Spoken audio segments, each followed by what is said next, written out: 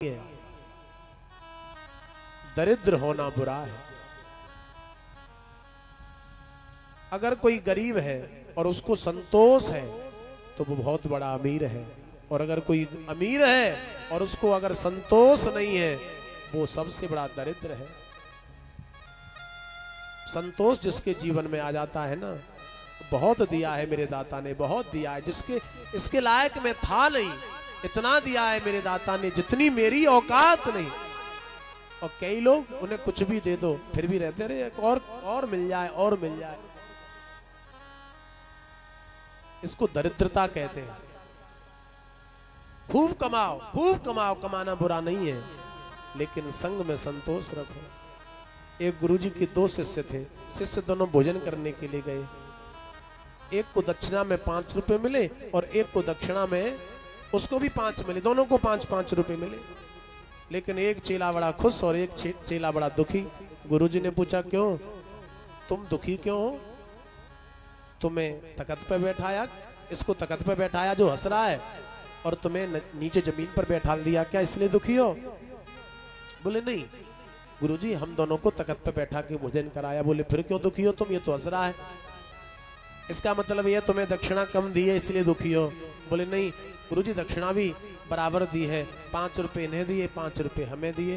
बोले फिर भी दुखी हो?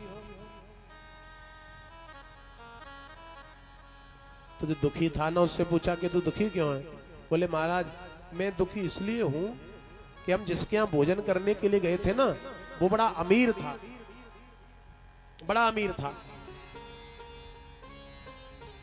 तो मैंने सोचा अरे कम से कम 10 रुपए तो देगा दक्षिणा के। अरे इतना बड़ा आदमी है, कम से कम 10 रुपए तो देगा।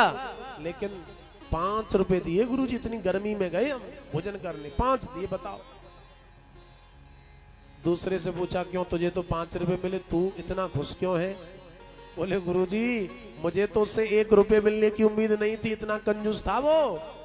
हाँ 5 रुपए दे दिए, क्या कम है? बस यही जीवन है। वो 5 रुपए लेकर के दुखी है और वो 5 रुपए में सुखी है। गोधन गज धन बाज धन